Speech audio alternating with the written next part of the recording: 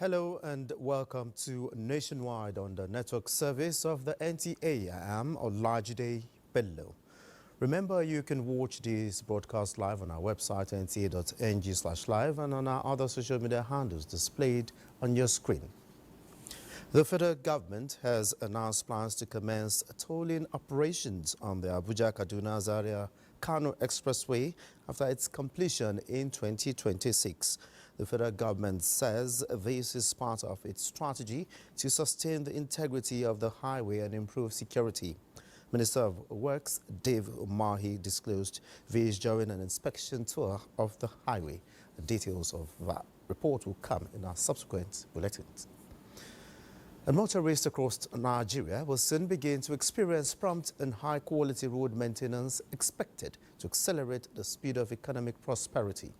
Minister of State Works Mohammed Bello Goronyo said these at the closing of a one-day retreat for board and management of Federal Roads Maintenance Agency FEMA in Abuja. Zubairu Usman reports. The federal government is responsible for the management of thousands of kilometers of roads across the 6 geopolitical zones in the country. With deficit in funding, key roads and highways have failed, slowing down the progress wheels. This Minister of State for Works Mohammed Bello Goronyo says will be a thing of the past, considering the priority given road maintenance in the President Bola Ahmed Tinubu's infrastructure development agenda. The minister therefore urged the road maintenance supervisors and top management of FEMA, which is saddled with the responsibility to utilize experiences from the retreat in carrying out their duties. Nigerians deserve the best. They deserve the best motorable roads, because without good motorable roads, we will not be able to open our economic corridors, and we will not be able to realize our potentials as a nation. The Managing Director of FEMA, Emeka Abasi, says the agency is on the pilot seat with a clear roadmap to deliver on its mandate. The retreat provides an excellent opportunity to discuss critical issues facing the agency. The theme for this year's retreat is delivering the agency's mandate aligned to renewed hope agenda. Usman Zubairu, NTA News. And away from road infrastructure, a rice mill and other property worth several millions of naira have been destroyed by an inferno caused by a tanker explosion at a gas station in Sabon-Wuse, Tafa local government area of Niger State. Eyewitnesses say no life was lost in the explosion, which occurred on Saturday night at about 10:30 p.m. along Kaduna-Abuja Expressway. Adding that, the explosion took place when a gas-laden tanker was offloading its content at a gas station. At the time of filing this report, residents were seen trying to salvage what is left of the rice mill affected.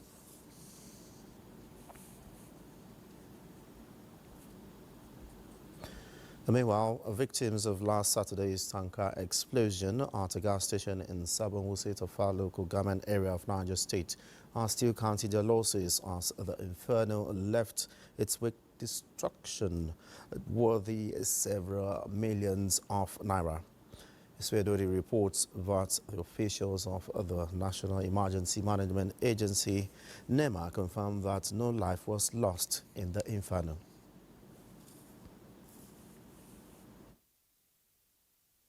From that, the community that was almost deserted due to ravaging erosion, life is gradually returning as 20 meters of the deep is already recovered.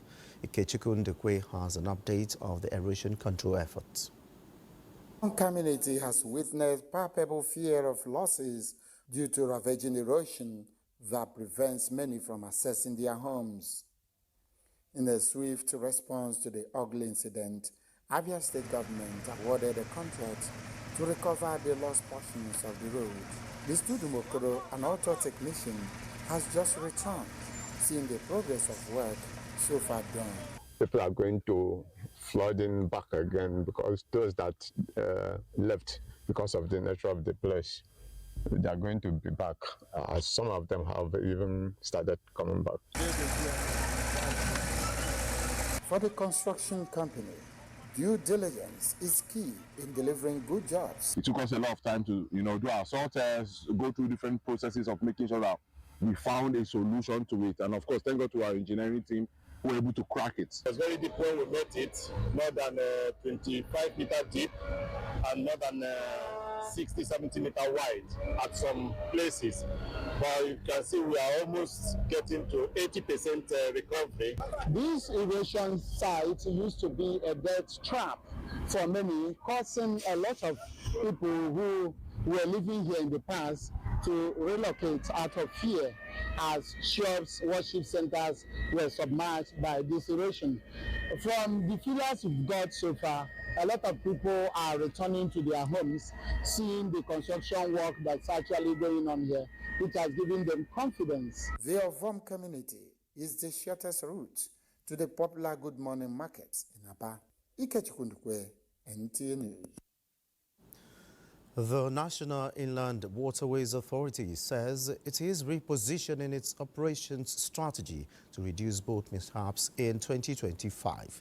Managing Director of the authority, Bola Oyebamiji, who attributes 90% of boat mishaps to human error, says Nigerians should expect less of such in 2025 as the authority has mapped out safety strategies on the nation's waterways. Jonathan Omajali reports. The management of the National Inland Waterways Authority, NIWA, aims to exceed its past achievements. This gathering of managers from across the country is focused on laying a solid foundation for achieving these objectives in line with the President's Renewed Hope agenda. The two-day program also provides area managers an opportunity to present reports on their achievements and challenges in 2024. Safety and sensitization campaign.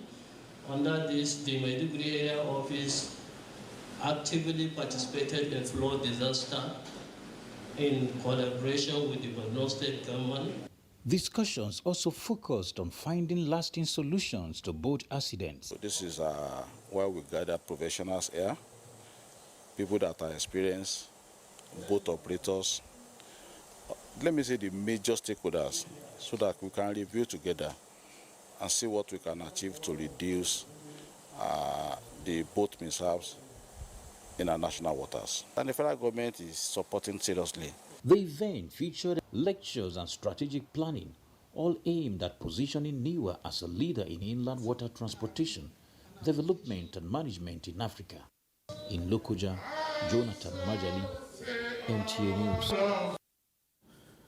And residents of Lagos will soon receive 70 million gallons of clean pipe-borne water to their homes on a daily basis from the Lagos State government. This is as Governor Babajide Sanwo-Olu says the Adiyan Water Works project will be delivered within the next 12 months. Joy Ken Abakwe has details of the governor's visit to the project site.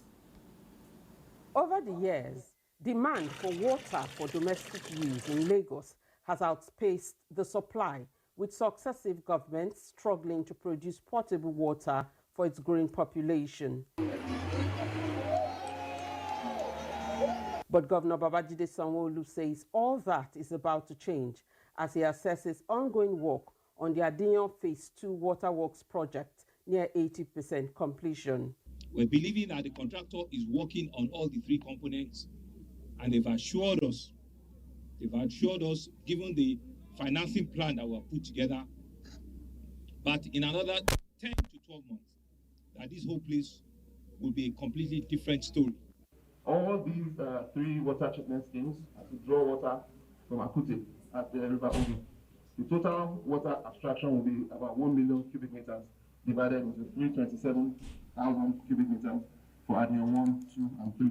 Phase 2 of the Adiyan Water Works, one of the primary sources of treated water for the city of Lagos, is designed to significantly increase the capacity of water production and supply for Lagos households. Which is 11 million gallons from Adiyan 1, 4 million from Iju, and 4.5 from Chassis.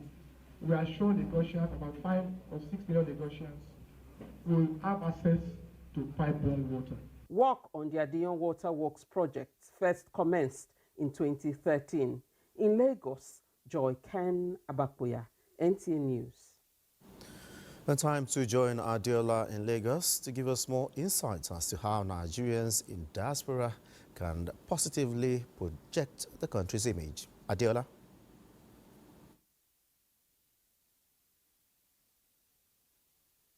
Today, the federal government has reiterated its commitment to ensuring that Nigeria's labor force, both in the public and private sectors, enjoy an enviable working environment. Larry Beleye reports that the Minister of State for Labor in Kiruka Onyeji emphasized this in Lagos. An efficient workforce is one of the keys to achieving socio-economic goals. So, ensuring workers' total well-being is paramount. This is one of the reasons why the Minister of State for Labor embarked on an on-the-spot assessment of working conditions of labor force in selected establishments in Lagos. The minister urged these organizations to prioritize mental and physical health of workers, including safer environment, as they are crucial and non-negotiable. We are not going to shy away and say, okay, if we apply the big stick to people who are flouting our laws, that we lose workers or something, and workers, it's not true. We can't encourage people to kill our workers and then say we are encouraging them to stay in business. If you need to stay in business, just obey our laws. She announced that a portal will be made available for private establishments to get on board, where staff strengths, vacancies, and trajectory of needed skills can be projected to aid employment. It's really a new development, where you have Minister of State of Federal Republic of Nigeria coming to enterprise. I think this will help, in our understanding of what organizations are going through. The minister urged the private sector to monitor closely and align with the new pathway of the present administration is making in terms of laws guiding their operations as the nation intensify efforts to move up the socio-economic strata. In Lagos, Larry Beleye, NTA News. The conduct of Nigerians in diaspora is instrumental in shaping the perception of foreigners about Nigeria and her bilateral ties with nations. As the current administration continues its ambitious drive for foreign direct investment, experts say Nigerians in diaspora should not demarket the nation. Joel Bokwola completes the report. Are making impacts in various fields of human endeavors, with some even occupying political offices in Europe and America. Many Nigerians in the diaspora are making the nation proud by positively projecting the image of the nation in good light and making it an investment destination. But a few are involved in illicit activities and giving negative publicity to the nation, which may adversely affect the perception of Nigeria among the Committee of Nations. When others are coming to Nigeria, the Indians, the Pakistanis, the Chinese, they are saying what we are not saying. And we are saying that Nigerians themselves are the ones that will see, those opportunities, the young Nigerians, and they're doing that, and I'm excited about that. Look at their remittances. It's even grown bigger and better. And we are not even saying that beyond remittances, they should invest in their country if others are doing it. As Nigerians who are in diaspora, I think the best thing we do and that we can continue to do is to launder our image, and to we are the first ambassadors. We are the first people they meet. Some of these people will never get the opportunity to travel to Nigeria, but most of them will meet us. The way we relate to them, the way we carry ourselves, and the kind of communications we have with them is the experience they will have of Nigeria and Nigerians back home. Nigerians in Diaspora Commission is working with like minds and other well-meaning individuals to tell the Nigerian story to the international community. Nigerians have been advised also to refrain from hate speech and fake news on social media platforms. In Lagos, Joel Bukbola, NTA News. And those are the reports from Lagos. Nationwide will continue with Wadem in Maiduguri when we return from this break. Still nationwide, and you're welcome to Maiduguri. Borno State government has approved the procurement of 54 patrol vehicles and motorcycles for military to enhance their operational capabilities in the fight against insurgency in New Marti, located in the northern part of the state. Governor Zulum announced the approval during a visit to assess the security situation and make proper arrangements for the resettlement of some communities. Muhammad Goni reports. for your address. Permission to last day, sir. Thank you very much. Vehicles and other operational equipment approved by Governor Zulum during the visit comprises 4 Buffalo Toyota pickup vans, 50 operational motorcycles, and surveillance facilities. The governor commended the military for their relentless effort at restoring peace and stability to the area, noting that their efforts have paved the way for the gradual return of normalcy in the region. I want to commiserate on behalf of the government over their deaths and may their families bear the fortitude of the irreparable losses that we had. I want to assure you that the government of Borno State will motivate you and support you. Returning from Marte, the governor stopped over in Dikwa town to assess construction of High Islamic College, General Hospital, and semi-permanent shelters built for the return of displaced persons. Other members of the governor's delegation include Commissioners of Information and Internal Security Professor Usman Tar, Local Government and Emirate Affairs Wunmei Mele, as well as Permanent Secretary, Government House, Mustafa Ali Busuguma, among other senior government officials. In Maiduguri, Mahmoud Goni, NTA News. Borno State government has reaffirmed its commitment to supporting the National Youth Service Corps, NYSC, by rehabilitating and expanding the permanent orientation camp in the state. Governor Zulum made the announcement while receiving the Director General of NYSC, Brigadier General Yishau Ahmed, and his management team during a courtesy visit at the government house in Maiduguri. Mohammed Goni completes the report. The NYSC orientation camp resumed in the state in 2023 after a 12-year suspension and is currently using the Mustafa Umar El-Kanemi Arabic College as temporary site. Governor Zulum expressed gratitude to the NYSC leadership for facilitating the return of the orientation camp to Borno State, noting that the move has significantly reduced the hardship faced by corps members who previously had to travel to other states for their orientation. The chairman of the NYSC brought in the state of God, so to see how we shall see into the action, within the short of what's the time, so that we should have a permanent site. The governor commended the contribution of medical corps members in the state and emphasized the need for graduates in science-related fields, including physics, mathematics, and English, to help strengthen science, technology, engineering, and mathematics education in secondary schools. The Director General of the NYSC, Brigadier General Yishau Ahmed, said that his visit aims to assess the welfare and orientation camps facilities for corps members in Borno and other states in the northeast, and lauded Borno State government for its unwavering support to the scheme.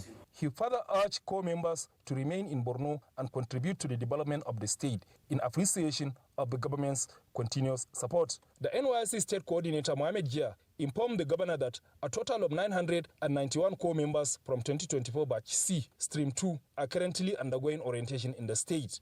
In Maiduguri, Mohamed Goni, NTA News.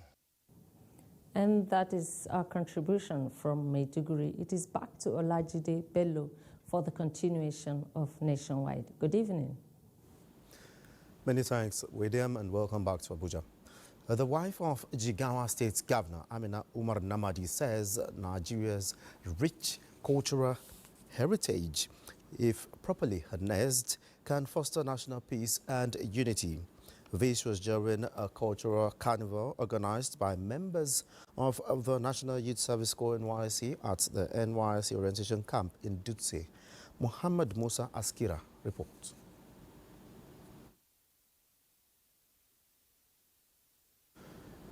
We do apologize for that. Details of that report will come in our subsequent bulletin as well. Respite has come the way of people in Enagi in Edati local government area of Niger State with the inauguration of a free medical outreach and surgeries for the people of the area. The benevolence courtesy of wife of the Niger State Governor Fatima Muhammad Bago is expected to ensure quality health care and well-being of other people at the grassroots. Mercy Fabi reports. Said to be wealth and one of the greatest gifts to be cherished and sought for. This obviously informed the decision of the wife of Niger State Governor Fatima Mohamed Bago to flag off the 3-day medical outreach and surgeries with residents of Enagi Idati local government area trooping into the primary health care center to benefit from the initiative. With about 2,500 people targeted to be attended to, 200 people will access free surgeries of all ailments in addition to reading glasses and drugs, all at no cost. I have problem for eyes now. That is why I come for this place. I have problem of eyes, and together with general body problems. That's why I'm here. Like we common people who has not enough money to take care of ourselves, I think it will assist us. It's something that concerns the health sector, so the importance cannot be overemphasized. I think this is a perfect opportunity, and then it's coming at a very suitable time, the right time, to take care of their health services in general. The medical outreach is expected to be carried out in other local government areas of the state. In Mina, Messi, Fabi, NTA News. An Akwa Ibom State Governor, Omar Eno, has rewarded indigents of the state who distinguished themselves in their various endeavors to the tune of 550 million naira. The rewards are to encourage talents, promote creativity, hard work, and revive the passion for agriculture. Clement Barikwi has details. This is the first Arise Happy Hour, and this maiden edition is christened An Evening of Grants and Empowerment, as 25 million naira was awarded as grant to 50 winners of the Arise Home Farms contest.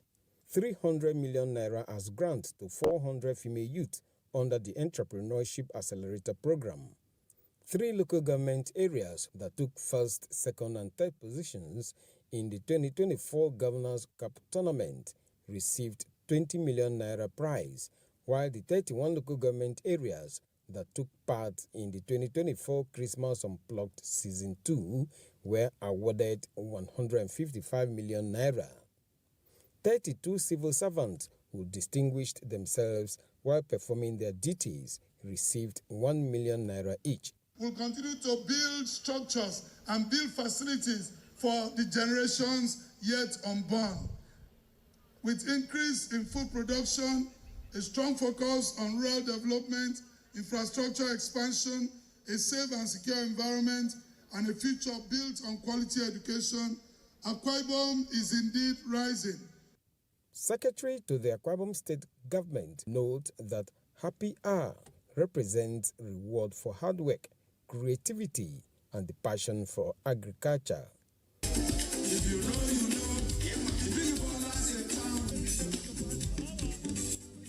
Clement Barikui, NTA News. The Miriam Babangida National Center for Women Development has trained and empowered 40 women and girls in the use of information and communication technology in agriculture. Ngozi Technical reports. The population of the world is projected at 9.7 billion by the year 2050, and Nigeria occupies the 3rd position or place as the world's most populous country.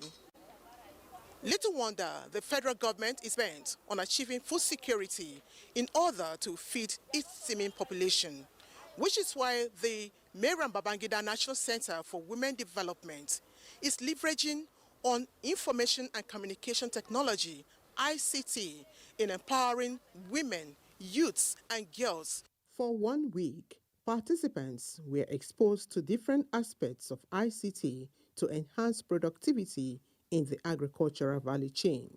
By encouraging smart farming among women and youths due to ICT, the center is promoting food security in cultivation, harvesting, processing, proper storage and sales of farm produce. The use of farm mobile application to identify and diagnose plant diseases and various case studies on agri projects were taught. I've learned that I can use ICT to take my business global. I believe that the knowledge we acquired will be beneficial to us, the community, and the world at large. We will continue to monitor your progress and to support your growth all year round. Each of the 40 participants received a laptop in addition to a certificate. Ngozi Technical, NTA News. And Jenny is standing by to give us more details on pedestrian safety in Port Harcourt. Jenny.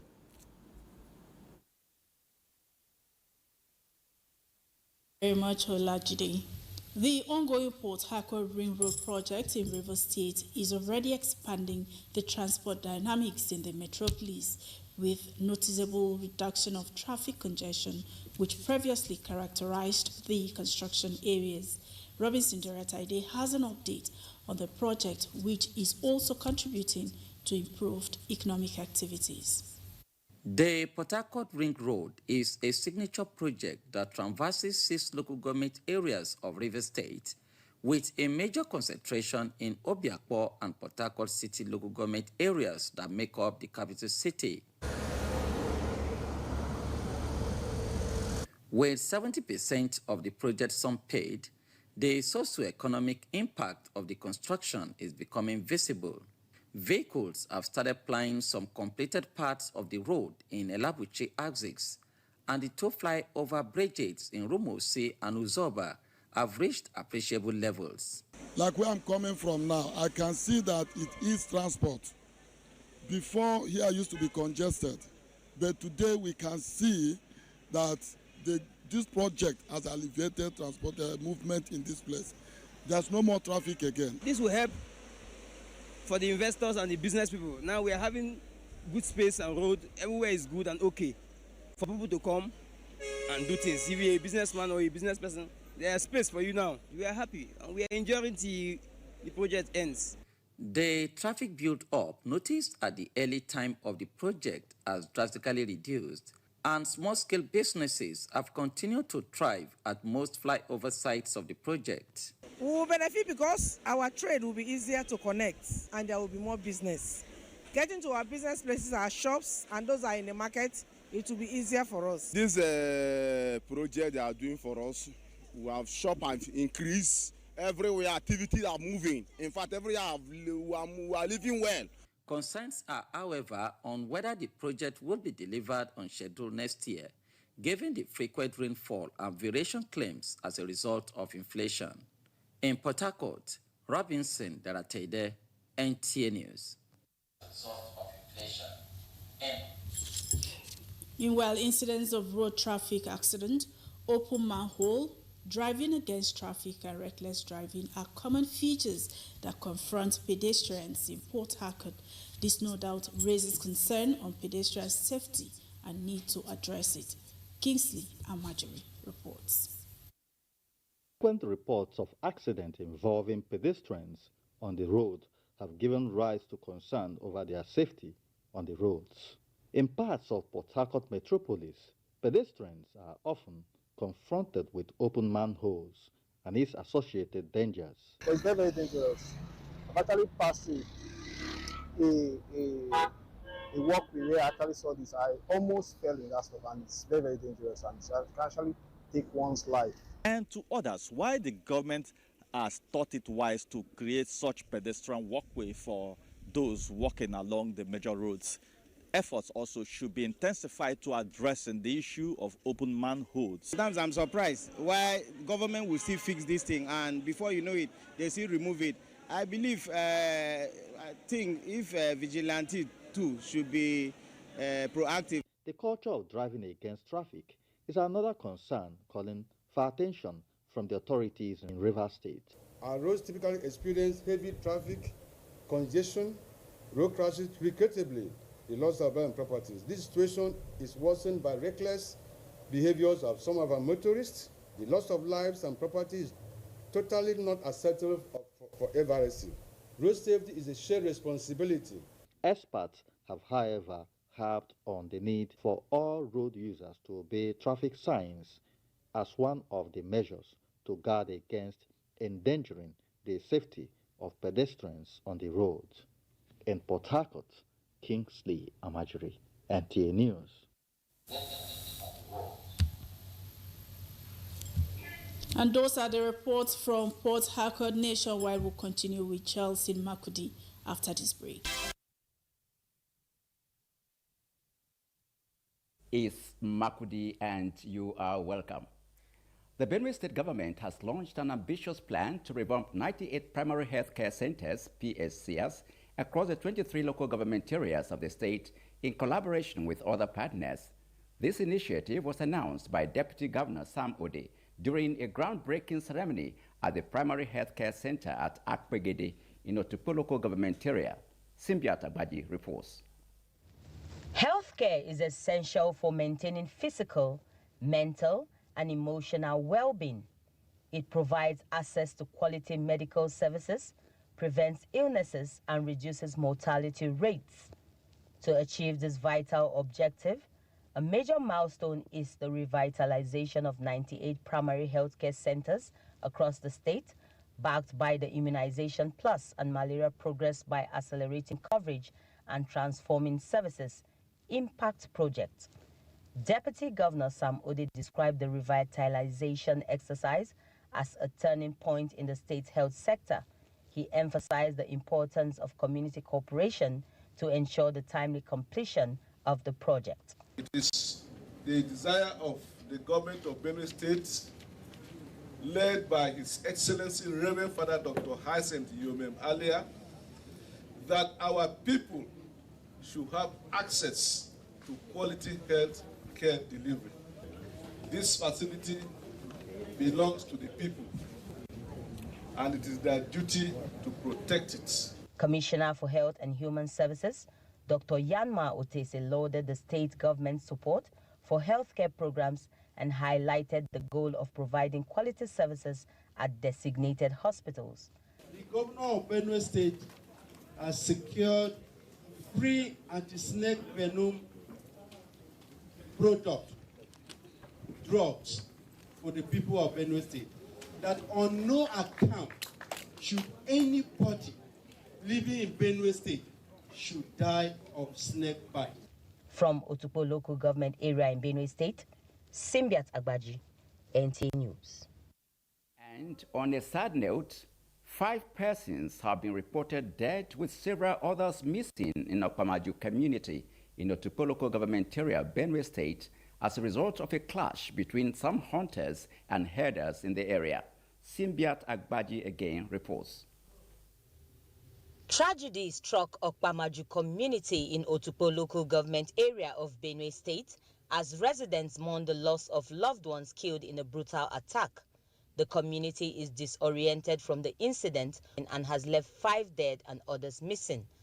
Benue State Deputy Governor Sam Ode led a delegation to Okpamaju for an on-the-spot assessment where he was briefed by youth leader Oniloku Agaba. There is one guy where they call Moses. The first killed that one, that was being used for the tribes. Then shoot come again, they kill another one man again.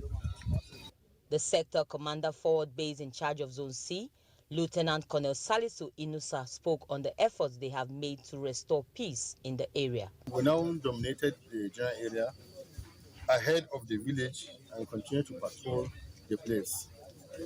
Because of that, a peace meeting was conducted in Otupo with the community leaders and the Mieti Allah representatives, assuring of peaceful resolution to this conflict.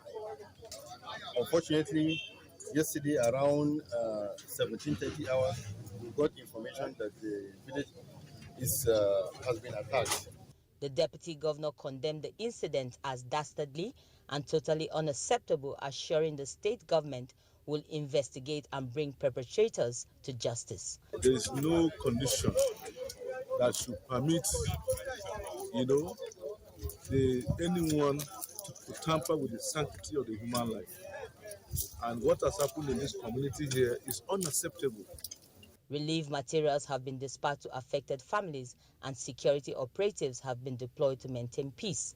From Okpamaju in Otupo local government area, Benue State, Simbiat Agbaji, NTA News. And that is the size of our contribution from Makudi Olajide. It is back to you. Many thanks, Charles. And moving on now to maritime security. The Nigerian Navy is warning criminal elements involved in acts of economic sabotage to desist or be ready to meet their Waterloo. This is coming from the commander NNS Jubilee, Commodore Abubakar Umar, while handing over suspects in the illegal oil business to the Department of State Services at the Forward Operation Base, Ibaka. Kelvin Samuel reports.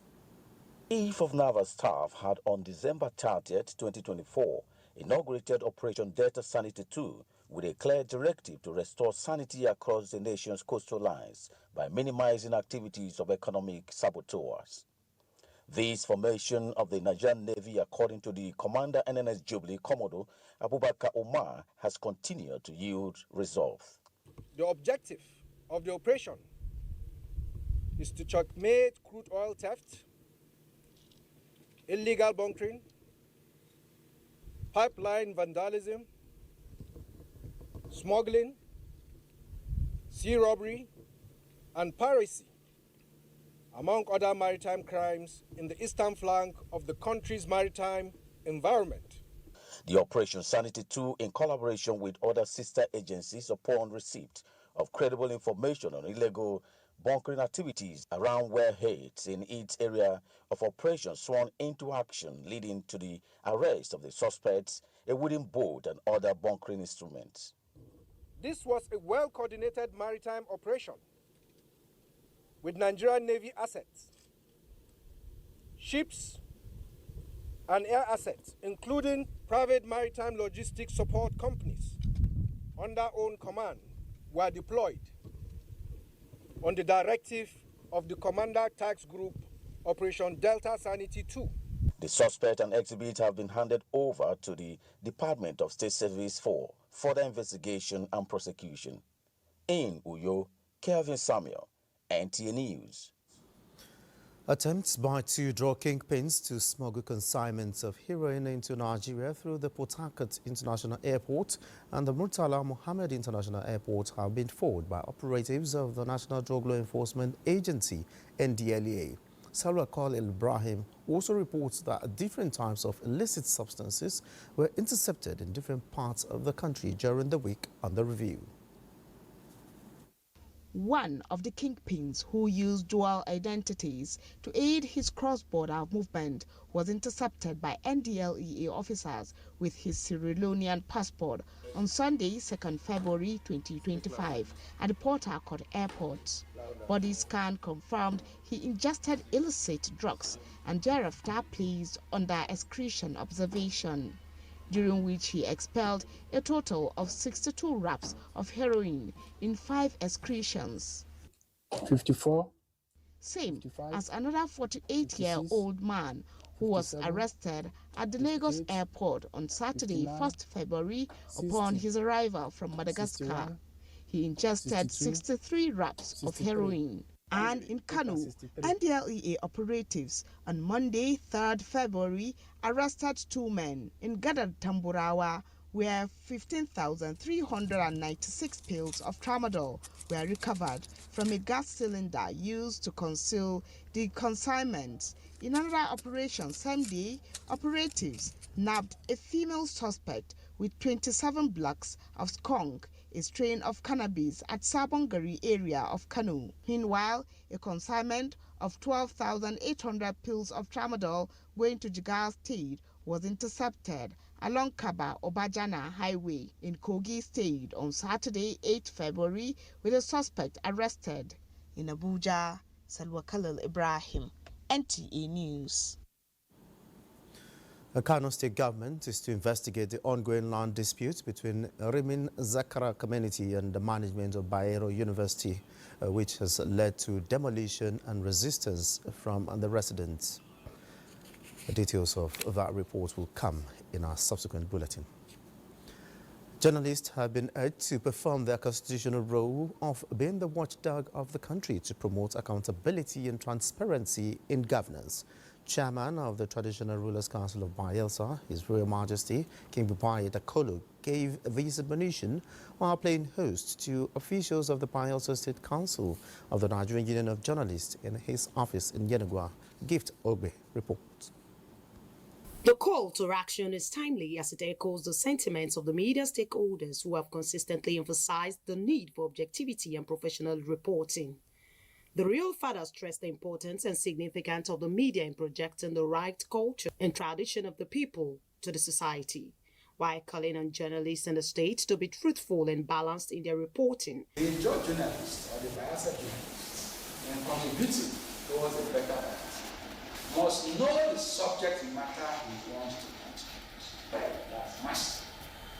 Chairman of the NUJ Bayelsa State, Comrade Tonye Yemoleya, said the visit was a recognition of the fatherly role of the royal stool to further strengthen the already existing relationship between the media and the traditional council. Our attempts in furthering collaborations with institutions of the states, of the economy, of all sectors, to see that we have healthy working relationship with all stakeholders that are newsmakers, that shapes opinion in society. The NUJ chairman solicited for the royal blessings of the traditional fathers for a strong and purposeful journalistic work in Bayelsa State. In Yenegwa, Gift Ogbe, NTA News. The Nigerian Television Authority, NTA, has honored several individuals for their participation and insightful contributions to programs on the national television. Francis Udojo reports that the Director General of NTA, Saliu Abdulhamid Dembos, chaired the event, which also used to celebrate the positive contributions of the guests to NTA's efforts to serve the people better over the years. The report. It was a remarkable moment for the NTA family and guests following presentation of awards to these regular faces on NTA for their resourcefulness, intellectual analysis, and insightful contributions on critical national issues. These contributions, the management of NTA says, have not only enriched content, but have assisted NTA in carrying out its mandate of informing, educating, and analyzing government policies and programs in the interest of both the public and government, hence the gestures. We acknowledge your commitment to excellence and professionalism that elevate the quality of our content in the NTA. Your engagement has helped us a lot in fulfilling our mandate to the general public to be trusted as a source of information and a platform to diverse voices within the country. Thank you for your valuable or invaluable contributions to NTA as a family, without which we would not have the richness and the content that we deliver every day. Our distinguished guests, for your time that you give us when we call you at odd times, at short notices, and you respond to us. We value that. We know you are doing it not only for the NTA, but for the nation. The plaque that has been presented to you all is just a token of our appreciation. Recipients of these awards who have made marks in their respective professions and reputable organizations see the award as a button to press on. For us to be recognized by the biggest broadcast network on the continent, we want to thank you most profoundly for this honor. And I would like to assure you, you have even spurred us into contributing more. What else and how else will any medium be better, to be contributed to by erudite scholars that you have honored today, but better than what they normally do? Beyond being the oldest, if you think about its history, is also one of the stations that you can go to every part of Nigeria, regardless of where, and you would say that yes, NTA is present here. I've been so privileged that I've connected from almost all your zonal stations, from Lagos, from Jos, from Kaduna, from Ibadan, several times. But I'm talking of you not even being in the studio, but connecting virtually. The visitors, describing NTA as a hub for other media to will, gave several suggestions, especially on how NTA could leverage ICT to sustain its vision and mission. In Abuja, Francis Udojo, NTA News. Now let's join our sport desk for sports update. Ahead of their double-header World Cup qualifying clash against the Botswana of South Africa, Nigeria's under-17 girls, the Flamingos, are set to commence camping this Sunday at the Remo Star Sports Institute, Ikene Remo, to kickstart their preparations. The 2022 World Cup bronze medalists were drawn by to the second round of the African qualifiers, while Botswana had a roller coaster on their counterpart from Gabon, 21-2 on aggregate, winning 12-1 in Gabon and 9-1 in South Africa. This year's FIFA Under-17 Women's World Cup is expected to be hosted by Morocco from 17 October to 8 November, with 5 African countries, including the host nations, to represent Africa. Still on football, El Kanemi Warriors have strengthened their squad with the signing of 4 new players. The new signings, which include forward Lucky Vandi, a striker from Sunshine Stars, and goalkeeper Jerry Isaac, who joins from Nasra United. The Borno Army also secured the services of Chris Conti, a striker from an Abuja-based academy, and Mohamed Bangura, who arrives from Sierra Leone. With their eyes set on a continental sport, El Kanemi Warriors are currently 4th in the league standings with 35 points. And finally, the new FIFA Club World Cup trophy is still touring Africa as part of the tournament's build-up ahead of kick-off, with only months to go before top African clubs compete against the best in the world at the FIFA Club World Cup in the United States. The newly expanded club football competition will feature 4 formidable African contenders: Al Ahly of Egypt, Esperance of Tunisia, Mamelodi Sundowns of South Africa, and Wydad AC of Morocco. Former African champions Mamelodi Sundowns hosted the trophy's first stop in Africa on Thursday, January 8, where it was received by club officials. The next stop on the FIFA Club World Cup Trophies Africa trip is Cairo, Egypt on Monday, before a trip to Tunisia and Morocco. With Sport Update, Suleiman Musa, NTA News. Well, that's it nationwide. Many thanks for being a part of it. I'm Olajide Bello.